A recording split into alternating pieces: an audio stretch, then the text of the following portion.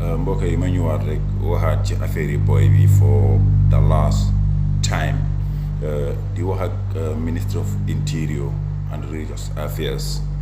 Gis nga Abdou Karim nii I don't know Imam Abdou Karim wala whatever they call him, ñii dañ bugg a jóg pour taal dëkk bi, ñii dañ bugg a jóg pour taal réew mi. Parce que su fekkee ne yow da ngaa xutba li nga xutba kuutal ci alxuraan kuutal ci hadis nga bañ a use turi jàmbur ba na jël pas-pasi jàmbur di ko xutbayee di leen associate ak éeféer di leen associate ak defkati ay ñaawteef du dëgga du yoon. ñii biñ jógee see Gambia ba tey fitna rek lañ jee gis ci biir réew mi, ndax façon ngi wax bu nekk dinañ ko wax jëmale ko ci nit ñi dañ leen fekk ak seen ay pas-pas, nit ñi dañ leen fekk ak seen ay gëm-gëm.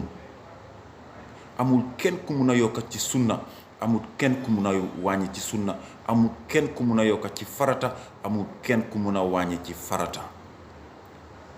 waa ahlu tasawuf liñ gëm yéen tuuti ngeen pour ngeen génnee leen ci. dañoo wasifa, dañoo xadara, dañoo laazim, dañoo màggal.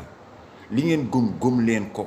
su ngeen di waare leen ci alxuraan mun ngaa wax ne ku dul julli su dee dina dem safara, ku dul oor bu dee dina dem safara, ku dul def lii lu yàlla santaane bu dee yàlla dina ko laaj. nga bañ ngeen bàyyi nit ñi ak seen tur yi ak seen pas-pas yi. bàyyi leen ni ngeen di def, bàyyi leen tooñ.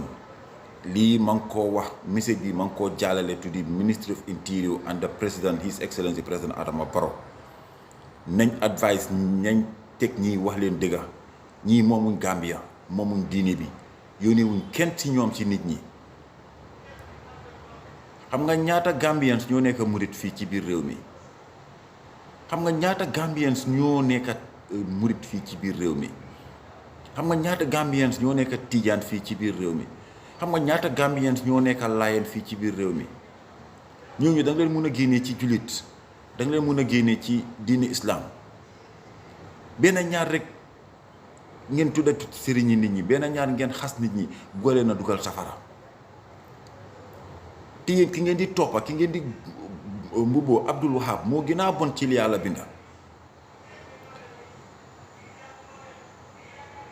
maa ngee def ma message bi ma ngi ko jox di Ministre of Interior, ma ngi ko jox di President of this Republic. moo wax bi nga xam ne moom moo amee di peace and stability of this country. ñii dañ bugg a taal dëkk bi, dañ fi bugg a ee fitna. dañ bugg a taal dëkk bi, dañ fi bugg a ee fitna. ñii nit yi problème lañ. soo xoolee seen kanam yi doo gis ci ñoom benn leer, doo gis ci ñoom benn leer lu dul lëndëm. loolu da soosu ne ñii nit yi fitna lañ. nit yi fitna lañ. gëmal li nga gëm nga bàyyi nit ñi ak liñ gëm.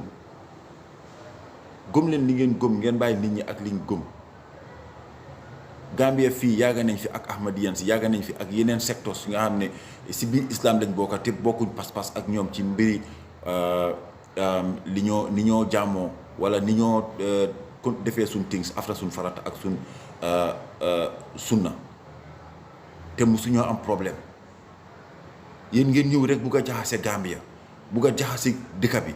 duñ leen ko nangul tey, duñ leen ko nangul suba. Let me make it very clear. duñ leen ko nangul tey, duñ leen ko nangul suba.